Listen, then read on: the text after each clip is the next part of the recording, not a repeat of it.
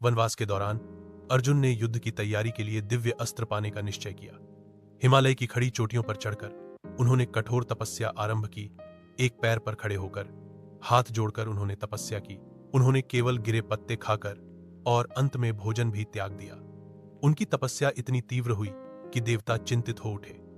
शिव ने मुस्कुराते हुए कहा, वह मेरी खोज में है, लेकिन पहले मुझे उसकी परीक्षा लेनी होगी। एक दिन, जैसे अर्जुन बंद आंखों के साथ ध्यान में लीन थे, उसी दिन उन्हें एक गड़बड़ी का एहसास हुआ। उस दिन जंगल में एक जंगली सूअर सीधे उनकी ओर दौड़ा। एक क्षण में अर्जुन ने अपना धनुष गांडीव उठाया और जानवर पर एक बाण चलाया, लेकिन उनका बाण अकेला नहीं था। एक और बाण ने ठीक उसी पल सूअर को छू लिया।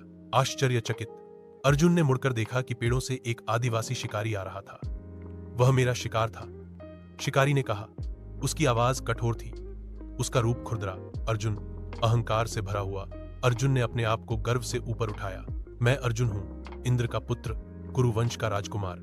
यह सूअर मेरे बाण से मारा गया था। शिकारी हंसा, एक ऐसी आवाज जो पहाड़ों में अजीब तरह से गूंजी। इन जंगलों में तुम्हारा वंश कुछ भी मायने नहीं रखता, राजकुमार। यहाँ कौशल मूल्य निर्धारित करता है, वंशावली नहीं। अर्जुन ने एक के बाद एक बाण छोड़े, लेकिन उनके आश्चर्य की बात यह थी कि शिकारी ने प्रत्येक बाण को उड़ान के बीच में ही पकड़ लिया। अर्जुन ने अपना तरकश खाली कर दिया, लेकिन कोई प्रभाव नहीं हुआ।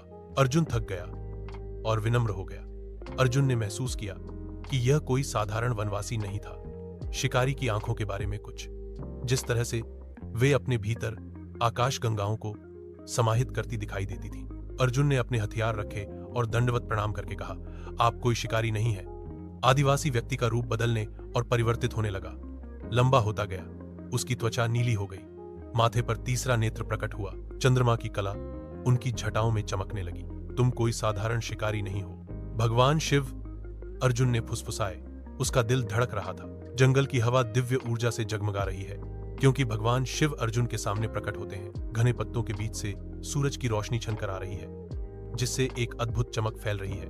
तभी शिव घोषणा करते हैं, मैं तुम्हें परखने आया था अर्जुन। एक इशारे से शिव एक दिव्य उपहार प्रदान करते हैं, मैं तुम्हें पाशुपतास्त्र प्रदान करता हूं। जैसे ही शिव जाने की तैयारी कर रहे थे, उन्होंने अंतिम बार कहा कि सबसे बड़े युद्ध जो तुम लड़ोगे अर्जुन, वे रणभूमियों पर नहीं, बल्कि तुम्हारे अपने हृदय के भीतर होंगे।